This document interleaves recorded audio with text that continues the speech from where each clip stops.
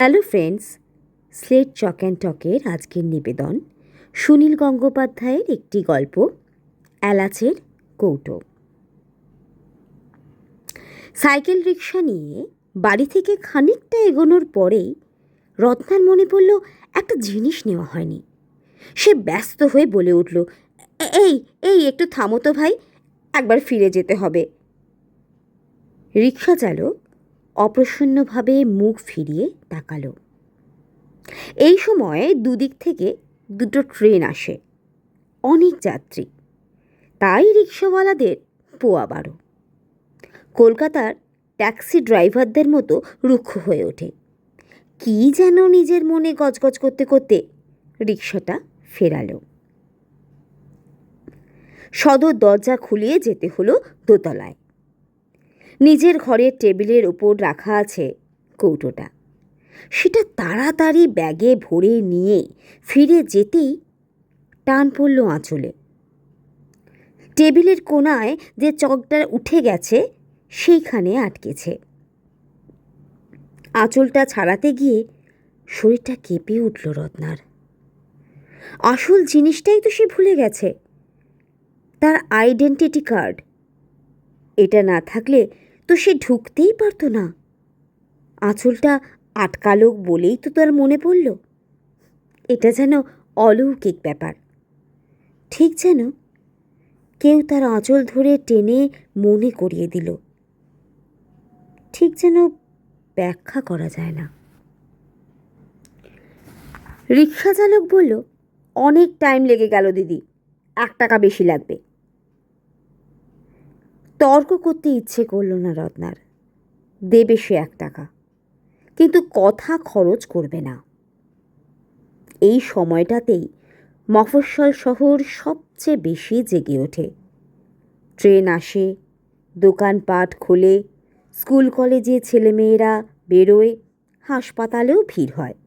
এই হাসপাতালের সামনেই আটকা পড়তে হয় ট্রাফিক জ্যামে। সামনে আবার একটা ময়লার গাড়ি। রত্না কয়েক দানা এলাচ মুখে দিল। জেলখানার গেটে পৌঁছতে বেজে গেল 10:30। অবশ্য স্কুলে যাওয়ার মতন সময়ের অত কড়াকড়ি নেই। 1 মাস ধরে স্কুলে যেতে হচ্ছে না রত্নাকে। তার ডিউটি পড়েছে জেলে। 9 বছর ধরে স্কুলে একই জিনিস পড়াতে পড়াতে একঘেয়েমি এসে গিয়েছিল।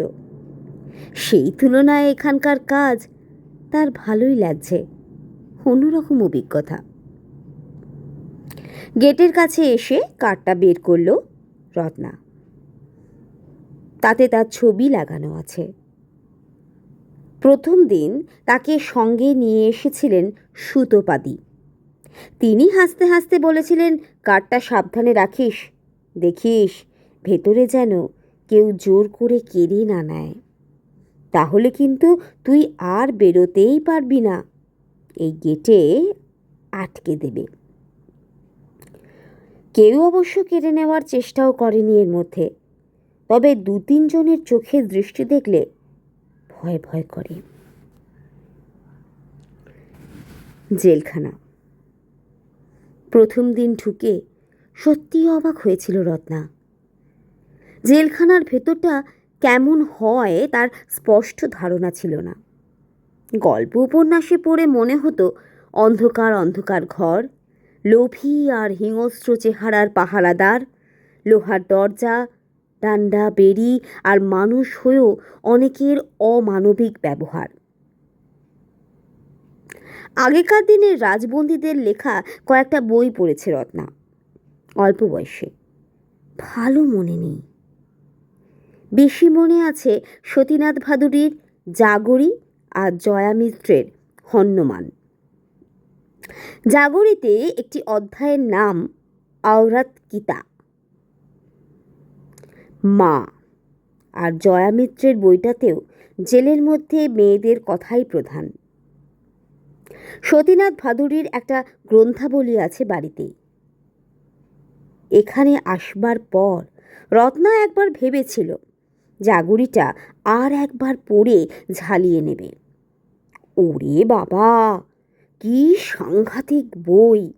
খানিকটা পড়তে পড়তেই চোখের জলে পাতাগুলো ঝাপসা হয়ে আসে। বিলুর ফাঁসি হবে সেই রাতে তার মাও জেলে। তিনি নানাভাবে মনটাকে ফেরাবার চেষ্টা করছেন। এক জায়গায় বলছেন, ছেলে তো নয়, একটা শত্রু। ছেলেদের কথা যত ভেবেছি তার অর্ধেকও যদি ভগবানের কথা ভাবতাম তাহলে নিশ্চয়ই ভগবানকে পাওয়া যেত। এই জায়গাটা পড়তে পড়তে রত্না ফুঁপিয়ে কেঁদে উঠেছিল। প্রথম দিন এসে জেলখানা সম্পর্কে তার পুরনো ধারণা কিছুই মিলল না। এ যেন একটা বাগান বাড়ি। সত্যি বেশ বড় বাগান, কত ফুল ফুটে আছে, বড় বড় গাছও কয়েকটা। মাঝখানের বাড়িটার রং সাদা, শুধু চারিদিকটা উঁচু পাঁচিল দিয়ে ঘেরা। অবশ্য আজকাল আর জেলখানা বলে না, নতুন নাম হয়েছে সংশোধনাগার। আর এটা শুধু মেয়েদের জন্য। এখানে একজনও পুরুষ নেই। বাগানের মধ্যে একটা খড়ের চালাঘর, তার ভেতরে 3খানা সিমেন্টের তৈরি বেঞ্চ, একটা প্লাস্টিকের চেয়ারও আছে।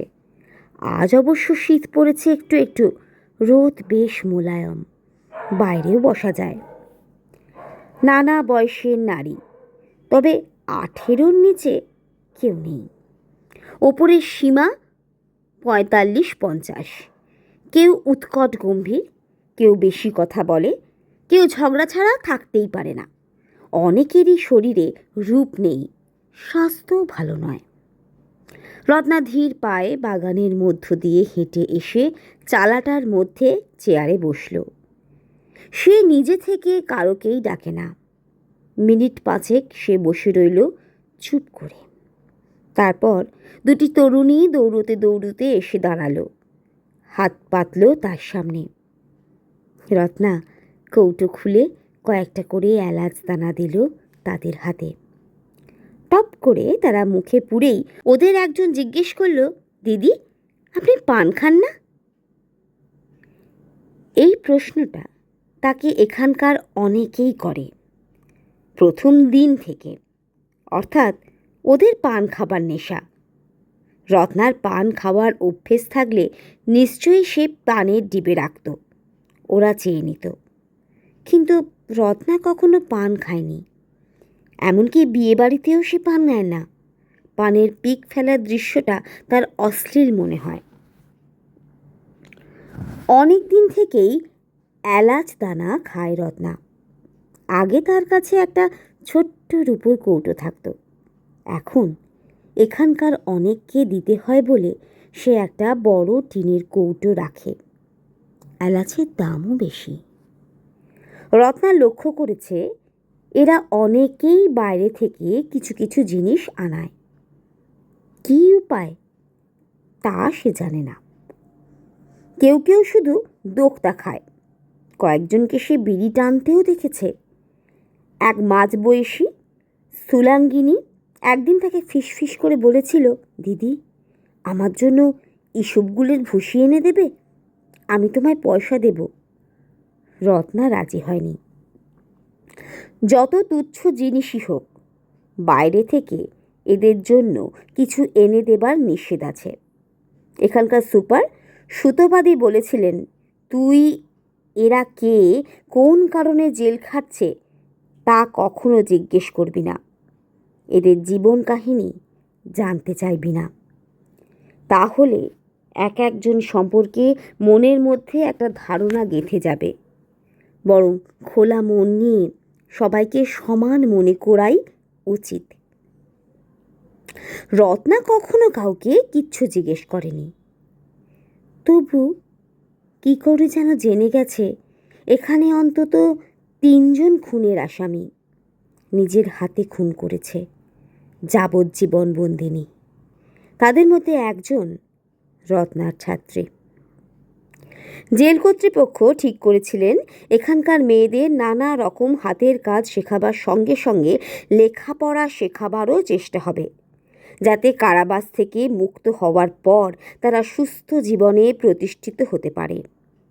কিন্তু লেখাপড়া তো জোর করে শেখানো যায় না। বেশিরভাগই সমাজের গরিব, নিচু শ্রেণীর নারী, জীবনে বই কখনো ছুঁয়ে দেখেনি। বেশি বয়সে তারা একেবারে প্রথম থেকে শেখার আগ্রহ পায় না। তবু নিয়মমাফিক দুজন শিক্ষয়িত্রী আসে। তারা কয়েকজনকে ABCD, অ আ ক খ শেখাতে চেষ্টা করে। রত্না অবশ্য বলে দিয়েছিল সে অত প্রাথমিক স্তরে পড়াতে রাজি নয়। রত্নার ডাক পড়েছিল অন্য কারণে। সুতপাদি একদিন জানতে পেরেছিলেন খুনের আসামি বাসন্তী নামে একটি মেয়ে ঝগড়ার সময় ইংরাজিতে গালাগালি দেয়। তার কেস হিস্ট্রিতে দেখা গেছে সে একটি ধনী পরিবারে আয়ার কাজ করত। সেই বাড়িতে তাদের মুখ থেকে শুনে শুনে সে এই গালাগালিগুলি শিখেছে। সুতপাদি তার সঙ্গে কথা বলে বুঝলেন সে ইংরেজি, বাংলা পড়তেও পারে, আলেকজান্ডার এবং সম্রাট অশোকের নাম জানে, অর্থাৎ প্রায় ক্লাস 8-9 বিদ্যে। সুতপাদি তাকে জিজ্ঞেস করেছিলেন, তুই আরও পড়তে চাস? সে ঘাড় নেড়েছিল। বছর খানিক পড়ালে এই মেয়ে মাধ্যমিকও পাশ করতে পারে। তেমন যদি হয় তাহলে এই সংশোধনাগারেও বেশ নাম হবে, ছবি উঠবে কাগজে। তাই সরকারি স্কুলে আবেদন করে রত্না হালদারকে তিনি আনিয়েছেন এখানে। বাসন্তীকে পড়াতে গিয়ে রত্না দেখেছে এই মেয়েটির মেধা আছে, যা পড়ে তা বেশ মনে রাখতে পারে। 24-25 বছর বয়স, মুখখানা সুন্দর নয়, কিন্তু শরীর বেশ আঁটো। মাঝে মাঝে সে বেশ সরলভাবে হেসেও ওঠে। এ মেয়ে যেন দুটো খুন কেন করেছে তা জানার জন্য রত্নার মনটা আকুলি বিকুলি করলেও প্রশ্ন করার উপায় নেই, নিজে থেকে যদি সে কখনো কিছু বলে। বাসন্তী বই খাতা নিয়ে এসে বসল তার সামনে। ওকে পড়াতে পড়াতে রত্নার মনে হয় পরীক্ষায় পাশ করলেও সে বিদ্যে নিয়ে ও কি করবে? ও কি কোনোদিন ছাড়া পাবে? যাবজ্জীবন মানে 14 বছর। এই কেসে অনেকেরই ধারণা গুড কন্ডাক্টের রিপোর্ট থাকলে 12 বছর পরেই খালাস হয়ে যেতে পারে, কিন্তু সে ব্যবস্থা তো আর নেই। সুপ্রিম কোর্টের নির্দেশ আছে, যাবজ্জীবন মানে সারা জীবনই বসতে হবে জেলে। অন্তত 20-22 বছর আগে রিভিউয়ের প্রশ্নই নেই। সংশোধনাগার নাম হোক আর যাই হোক, আসলে তো কারাগার। আর একটা মেয়ে, সে রত্নার কাছে পড়তে আসে না, কিন্তু এই সময়টায় সে একটা খুঁটিতে ঠেস দিয়ে বসে থাকে। সে কোনো কথা বলে না, কোনো প্রশ্ন করলেও উত্তর দেয় না। বৃষ্টির সময় বাসন্তী তাকে বলেছিল, এই মেদ্দা বসে বসে ভিজছিস কেন, ভেতরে উঠে যা। তা শুনেও মেয়েটি উঠে আসেনি, একই জায়গায় বসে বসে ভিজেছে। রত্না জিজ্ঞেস করেছিল, ওর নাম কি বললে? মেদ্দা? হে আবার কীরকম নাম, মানে কি? ঠোঁট উল্টে বাসন্তী বলেছিল, কি জানি, সবাই তো ওই নামেই ডাকে, ও আমারও আগে থেকে আছে। নাম শুনে বোঝাও যায় না বাঙালি কি না, কথাও বলে না, তবুও একদিন চমকে দিয়েছিল। সেদিন বাসন্তী ছাড়াও অন্য 4টি মেয়ে ছিল এখানে। এরকম মাঝে মাঝে অন্যরাও আসে, পড়াশুনোর জন্য নয়। রত্নার কথা শুনে শুনে বড় বড় চোখ মেলে তাকায়। সেই সব দিনে রত্না বই খুলে পড়ায় না, নানা রকম গল্প করে। একটা মেয়ের নাম সবিতা, তাকে রত্না জিজ্ঞেস করেছিল, তুমি তোমার নামের মানে জানো? সবিতা দুদিকে মাথা নাড়ে, কৌতূহল ও বিস্ময় মিশিয়ে, যেন এই প্রশ্নটা আগে কেউ তাকে জিজ্ঞেস করেনি। রত্নাও কম অবাক হয় না, নিজের একটা নাম সারা জীবন বয়ে বেড়াবে, অথচ তার মানে জানবে না। সে জিজ্ঞেস করে অন্য মেয়েদের নাম, লতা, রুবাত আর প্রমোদা। এর মধ্যে একমাত্র লতাই তার নামের অর্থ বোঝে, লতা পাতা। সে অবশ্য হেসে বলল, রাত্রির বেলা সাপকেও লতা বলে, সেই ভেবেই বোধ হয় বাবা মা তারই নাম দিয়েছিল। রুবাত শুনে রত্নার খটকা লেগেছিল। আবার কি ধরনের নাম?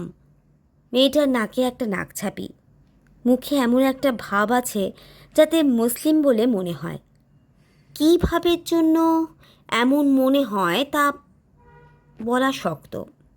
তার নাম আরও কয়েকবার জিজ্ঞাসা করে রত্না বুঝল তার অনুমানই ঠিক।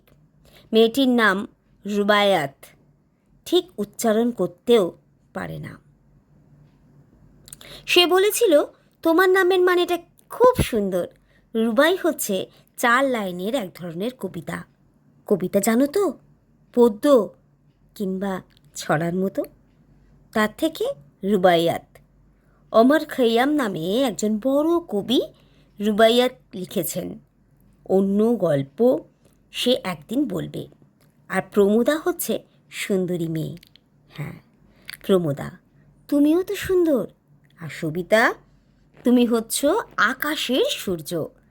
সূর্যের আরেক নাম আছে, যেমন আদিত্য, আরও অনেক নাম, অরুণ, ভাস্কর, রবি। কিন্তু এই সবই কিন্তু ছেলেদের নাম হয়। রবি নামটা নিশ্চয়ই শুনেছ, অনেকেরই নাম রবি হয়। বাসন্তী, তুমি তো রবি বানান জানো, র আর বয়ে হস্যই। কিন্তু যদি রবীন্দ্র হয় তাহলে কিন্তু বয়ে দীর্ঘই হয়ে যাবে, বদলে যাবে। সবিতা জিজ্ঞেস করল, কেন বদলে যাবে? এ প্রশ্ন শুনে খুশি হয়ে রত্না বলল, এই যে তুমি কেন জিজ্ঞেস করলে তার মানে তোমার পড়াশুনো করার ইচ্ছে আছে। ওটা ব্যাকরণের ব্যাপার, পরে একদিন বোঝাবো। তোমরা রবীন্দ্রনাথ ঠাকুরের নাম শুনেছ? হায়, আমাদের এই বিশ্বকবির নাম গ্রাম বাংলার অনেক নারী জানে না, অনেক পুরুষও বোধ হয় তাই। এদের মধ্যে একমাত্র বাসন্তী জানে। রত্না জিজ্ঞেস করেছিল, বাসন্তী, তুমি রবীন্দ্রনাথের কোনো কবিতা বা গান মুখস্থ বলতে পারো? বাসন্তী দুদিকে মাথা নাড়ালো। রত্না বলল, তার কত গান তো শোনা যায় রেডিওতে, পুজো প্যান্ডেলে, সিনেমায়, তার একটাও মনে নেই? বাসন্তী বলল, কি জানি। রত্নার মনে হলো শুনেছে নিশ্চয়ই, কিন্তু কোনটা রবীন্দ্রসঙ্গীত তা সে জানে না। এই সময় সেই কাণ্ডটা হলো। রত্না সচকিতে মুখ ফেরালো। খুঁটিতে হেলান দিয়ে বসে থাকা মিদ্যা একটাও কথা না বললেও সে নিশ্চয়ই এদের সব কথা কান খাড়া করে শোনে। সে গুনগুন করে গান গাইছে, অশ্রু নদীর সুদূর পারে ঘাট দেখা দেয় তোমার দ্বারে। সুর নির্ভুল তো বটেই, উচ্চারণেও স্পষ্ট, শিক্ষার ছাপ আছে। একটুখানি মুগ্ধভাবে শুনে রত্না উচ্ছ্বসিতভাবে বলে উঠল, তুমি এত ভালো গান জানো? কোথায় শিখেছ? সঙ্গে সঙ্গে মিদ্যা থেমে গেল তো বটেই, উঠে গেল সেখান থেকে। ওই একদিনই, আর কখনো সে কথা বলেনি, গানও গায়নি। রত্না তার সঙ্গে ভাব জমাতে চেষ্টা করেও ব্যর্থ হয়েছে। বাসন্তীকে পড়াতে হলেও তাকে ঠিক পছন্দ করতে পারে না রত্না। প্রথম প্রথম তাকে সরল সাধারণ মনে হলেও ক্রমশ বোঝা যায় সে বেশ লোভী। রত্না নতুন শাড়ি পরে এলেই সে হাত বুলিয়ে বুলিয়ে দেখে, চোখ মুখে ফুটে ওঠে ভিক্ষের ভাব। ইচ্ছে করলে রত্না ওকে একটা শাড়ি দিতেই পারে, কিন্তু কিছু দেওয়া তো নিষেধ। এরা কেউ শাড়ি পরে না, একটা ঝোলা সামিজের মতন পোশাক সবার। শাড়ি থাকলে গলায় ফাঁস বেঁধে কেউ যদি আত্মহত্যা করে। একদিন রত্না একজোড়া দুল কানে দিয়ে এসেছিল। বাসন্তী হঠাৎ উঠে দাঁড়িয়ে কানে হাত দিয়ে দুলটা দেখতে লাগলো। শিউরে উঠেছিল রত্না, এটা একটা খুনির হাত তো বটে।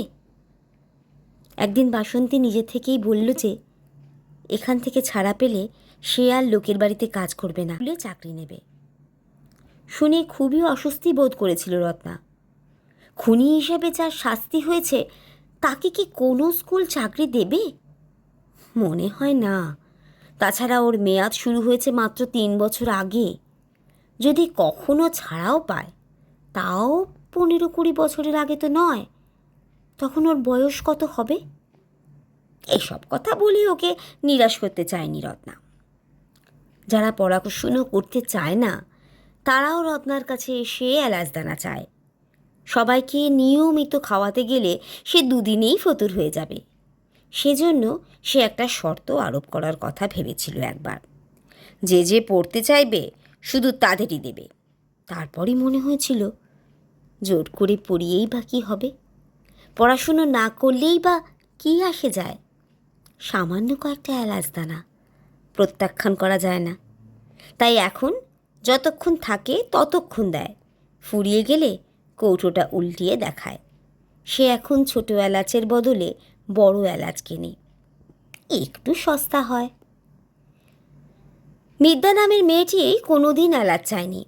রত্না তাকে নিজে থেকে একদিন এলাচ দিতে গিয়েছিল, সে মুখ ফিরিয়ে নিয়েছে। ফেরার জন্য রত্না উঠে দাঁড়ায়। বাগানের চতুর্দিকে ছড়িয়ে আছে মেয়েরা। সারা দুপুর তারা এখানেই থাকে।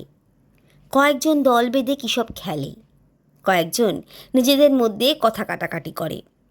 2 মহিলা ওয়ার্ডেন হেঁটে লাঠি হাতে পাহারা দেয়।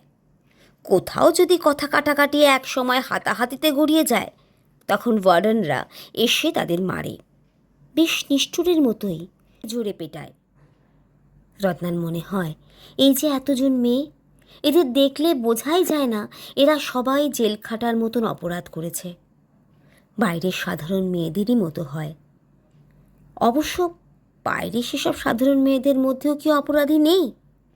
সবাই ধরা পড়ে না। রত্না নিজেও তো এখানে থাকতে পারত। সব এলাচদানা ফুরিয়ে যাওয়ার পরেও যে মেয়েটি এসে চাইল, রত্না বলল, কাল এসে প্রথম তোমাকেই দেব। মেয়েটি হঠাৎ চোখ ছলছলিয়ে বলল, দিদি, আমি কিন্তু মুন্সিবাড়ির গয়না চুরি করিনি। চুরি করলো পারুল আর ধরল আমাকে। আমাকে মিথ্যে মিথ্যে আটকে রেখেছে। আপনি একটু বলে দিন না, বাড়িতে আমার 2 ছেলে। রত্না দুর্বলভাবে বলল, আমি বললে শুনবে কেন? মেয়েটি বলল, হ্যাঁ দিদি, আপনারা লেখাপড়া জানেন, আপনার কথা শুনবেই। এই মেয়েটির বিচার ব্যবস্থা সম্পর্কে কোনো জ্ঞানই নেই। হয়তো ওর কোনো উকিলও ছিল না। তার হাত ছাড়িয়ে চলে আসতে আসতে রত্না ভাবে, মেয়েটি কি সত্যি কথা বলছে না অভিনয়? বিনা দোষেও অনেকে নিশ্চয়ই জেল খাটে। মুখ দেখলেই বোঝা যায়। এখানকার অধিকাংশ মেয়েই গরিব ঘরের। গরিবরাই আইনের সুবিচার থেকে বঞ্চিত হয় অনেক সময়। যাদের পয়সা আছে তারা আইনের লম্বা হাত দুমড়ে মুচড়ে দিতে পারে পয়সার জোরে। সুতোপাদির সঙ্গে দেখা হলো এক বিয়ে বাড়িতে। তার সঙ্গে অনেক আগে থেকেই পরিচয় ছিল রত্নার। তাপসের সঙ্গে যখন ছাড়াছাড়ি হয় তখন সাংঘাতিক মানসিক বিপর্যয়ের মধ্যে এই সুতোপাদিই অনেকখানি শুশ্রূষা করেছেন তার মনের। তাপস ওর পিস্তত ভাই, তবু তিনি বলেছিলেন, তুই ওকে বিয়ে করতে রাজি হওয়ার আগে আমাকে জানাসনি? ও একটা স্কাউন্ডেল। চেহারাটা চকচকে, বাইরে থেকে কিছু বোঝা যায় না। ও তো ওর মায়ের গায়েও হাত তোলে, তোকে মারধর করবে। এ আর আশ্চর্য কি? বিয়ে বাড়িতে সুতোপাদির সঙ্গেই তার বেশি গল্প হয়। কেমন সে পড়াচ্ছে, বাসন্তী পাশ করতে পারবে কি না, জেলের মেয়েদের সম্পর্কে তার ধারণা কি, এই সব প্রশ্ন করেন খুঁটিয়ে খুঁটিয়ে। নিছক চাকরি নয়, নিজের কাজটা ভালোবাসেন সুতোপাদি। এমন সময় রত্না জিজ্ঞেস করে ফেলল, এই মিদ্যা নামের মেয়েটাকে একেবারে বুঝতে পারি না। কথা বলে না কারোর সঙ্গে, অথচ ভালো গান গায়। ওর আসল নামটা কি? সুতপাদি হেসে বললেন, যে কোনো কথা বলে না সে তো রহস্যময় হবেই। খুব একটা রহস্য নেই, সাধারণ ঘটনা। রাগের মাথায় একজনকে খুন করে ফেলেছে। একটা ব্যাপার তো আমি দেখেছি, এতগুলো মেয়ে প্রিজনার, তাদের প্রায় প্রত্যেকেরই ক্রাইমের সঙ্গে কোনো না কোনো পুরুষ জড়িত। পুরুষরাই তাদের অপরাধের পথে ঠেলে দেয়। যেমন ধরো, নারী পাচারের কেস আছে কয়েকটা। মেয়েরাই বোকাশোকা মেয়েদের ফুসলিয়ে এনে দেহ ব্যবসায় চালান দেয়। কেউ কেউ ধরা পড়ে, শাস্তি পায়। মেয়েরা দোষী, কিন্তু ফ্লেশ ট্রেড তো চালাচ্ছে পুরুষরা। আসল ক্রিমিনাল তো তারাই, তারা ধরা পড়ে না। আপনার চমকে গিয়ে বলল, এই মিদ্যাও সেরকম কোনো কেসে ধরা পড়েছে নাকি? সুতপা বলল, না। বললাম না, ওর খুনের কেস। ওর নাম মাধবী। কেন ওকে অন্যরা মিদ্যা না মেদ্যা বলে তা আমি জানি না। ও ছিল তোরই মতো স্কুল টিচার, মধ্যবিত্ত পরিবারের মেয়ে। অনেক ক্ষেত্রেই যা হয়, একজনের প্রেমে পড়ল। সে বিয়ের প্রতিশ্রুতি দিয়েছিল, তার সঙ্গে রেগুলার সেক্স রিলেশনও ছিল। এর মধ্যে একটা মন্দিরের সামনে গিয়ে বিয়ের ভানও করেছিল। তারপর মাধবী প্রেগনেন্ট হতেই সে হারামজাদা নিজের মূর্তি ধরল। অ্যাবর্শন না করালে সে মাধবীকে ঘরে নিতে পারবে না। বিয়েই যদি হয় তাহলে অ্যাবর্শনের প্রশ্ন উঠবে কেন? এই নিয়ে গাল মন্দ, মারধর। মাধবী তখন গেল তার শাশুড়ির কাছে সুবিচার চাইতে। সেই দিনই ঘটল ঘটনাটা। সেই মহিলা শুধু যে পুত্র স্নেহে অন্ধ তাই নয়, তিনি সেই সম্পর্কের কথা কিছুতেই জানতেন না। অন্য মেয়ের সঙ্গে তার ছেলের বিয়ে ঠিক করে রেখেছিলেন। তিনি কুকুর বেড়ালের মতো দূর দূর করে তাড়াতে চাইলেন মাধবীকে। খুব খারাপ ভাষায় গালাগালি দিতে দিতে তাকে বলেছিলেন বাজারের বেশ্যা। সেইটাই সহ্য করতে পারেনি মাধবী। ওর সেই স্বামীটা তোর তাপসের মতোই তখন বাড়িতেই লুকিয়েছিল। গালাগাল শুনে মাধবী ও শাশুড়িকে এসে একটা ধাক্কা দেয় খুব জোরে। মহিলাটি ধরাস করে পড়ে গেলেন, সঙ্গে সঙ্গে অক্কা, ডেড। কোনো চিকিৎসাও করা যায়নি। রত্না বলল, এটা কি মার্ডার? খুনের কোনো ইন্টেনশন ছিল না?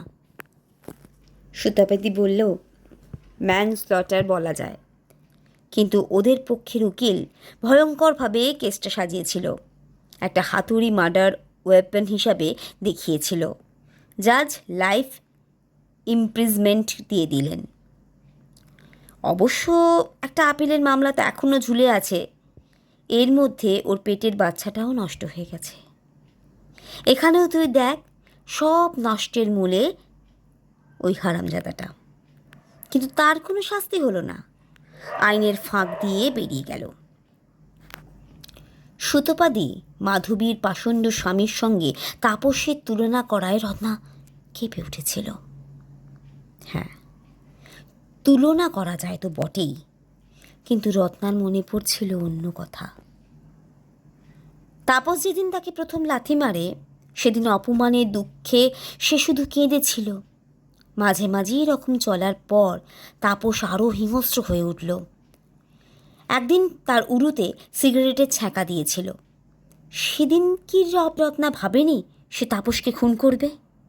পর পর কয়েকদিন সে প্রতিশোধ নেওয়ার জন্য খুনের পরিকল্পনা করেছিল।